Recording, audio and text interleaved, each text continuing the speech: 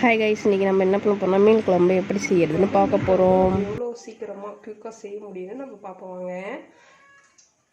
அதுக்கு முதல்ல ஒரு 2 ஸ்பூன் எண்ணெய் சேர்த்துக்கோங்க.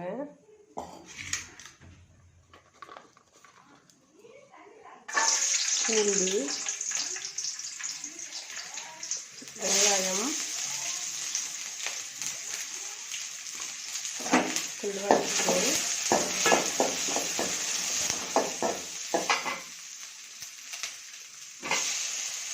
தக்காளி,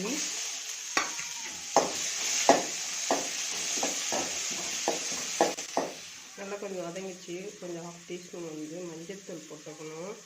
மஞ்சள் போட்டு ஒரு 1 டீஸ்பூன் வந்து தனியாத்தூள் போட்டுட்டு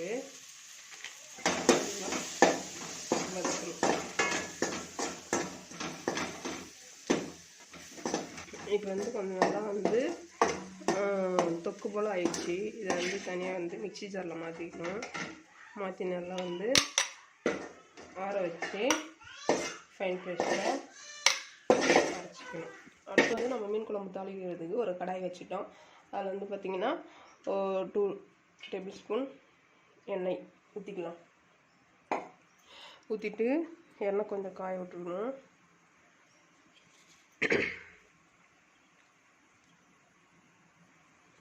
எண்ணெய் வந்து நல்லாவே காஞ்சிச்சு. இப்போ வந்து வெந்தயம், பச்சை மிளகாய் கொஞ்சம் போட்டுட்டு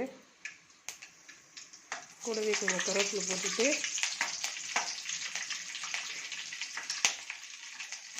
வெங்காயம் போட்டுக்கணும்.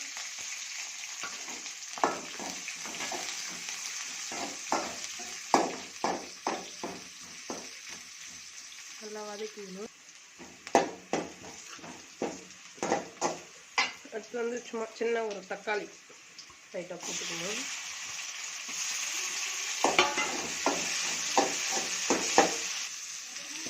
இது பார்த்தீங்கன்னா நல்லா வதங்கிடுச்சு. அடுத்து வந்து நம்ம வதக்கி அரைச்ச ஃபைன் பேஸ்ட் தக்காளி வெங்காயம் அதை கொஞ்சம் சேர்த்துக்கலாம்.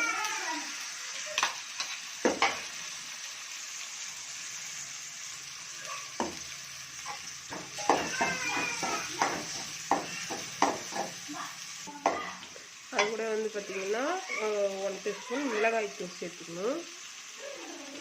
வீட்டு மிளகாய் தூள்.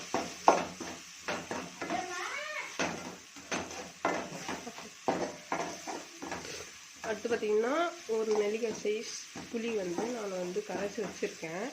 அதை ஊற்றிக்கலாம்.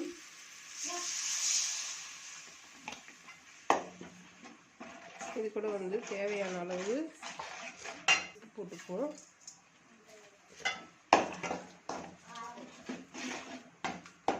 உப்பு, தண்ணி சேர்த்துட்டு நல்லா வந்து கொதிக்க விடுங்க.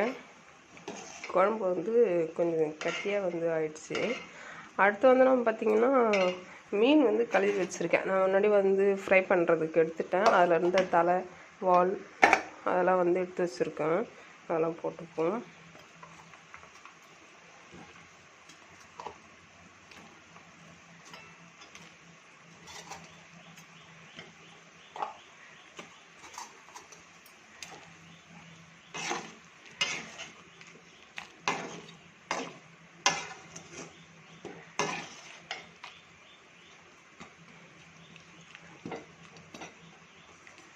மீன் வந்து போட்டாச்சு. இதை வந்து ஒரு 10 or 15 மினிட்ஸ் வந்து மூடி வச்சு நல்லா வந்து வேக வைக்கணும். சரிங்களா?